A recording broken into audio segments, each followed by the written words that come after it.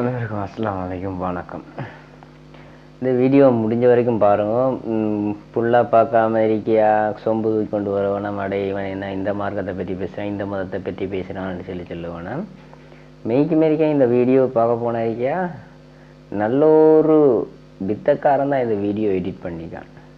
என்னன்னு சொன்னால், இப்போ ஐயரை பார்க்க போன இருக்கியா, பிராமணர்ன்னு சொன்னக்குள்ள இருக்கியா, அவங்க தீட்டு கையில் பட்டாலும் ஐயோ சீட்டு பட்டுட்டு அவங்க ஒரு ஒரு ஒரு ஸ்நானம் பண்ணணும் அது இதுன்னு வாங்க.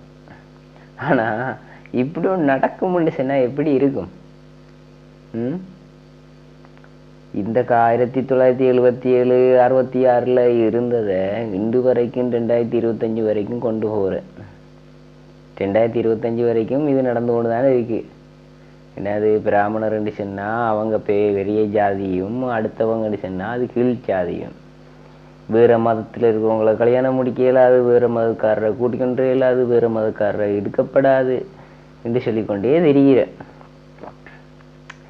அப்போ இப்படி ஒரு நிலைமை ஒன்று வரும்னு சொன்னால் எப்படி இருக்கும்? இது சொல்கிறது தான். இந்த வீடியோ பிடிச்சா லைக் பண்ணுங்கள், இன்னொரு ஃப்ரெண்ட்ஸுக்கு ஷேர் பண்ணுங்கள். மதவரி பிடிச்ச அலைகிறவங்களுக்கு இதை கொஞ்சம் ஷேர் பண்ணி விட்டுருங்க. ஓகே, பாய். வந்துட்டாங்க மாமி. தொடாத. எத்தனை தடவை சொல்றது கேட்லாம் தொடாதேன்னு? கொஞ்சம் விட்டா உள்ளே வந்துடும். முதல்ல இந்த கேட்டை தண்ணி ஊற்றி கொள்ளுங்க. போயிட்டு வரேங்க மாமி. ஏய், உனக்கு எத்தனை தடவை சொல்றது என்ன மாமி மாமின்னு கூப்பிடாதேன்னு? உனக்கு சொன்னா புரியாது. என்ன பார்த்தா உனக்கு அவ்வளவு இலக்காரமா இருக்கா? சரிங்கம்மா.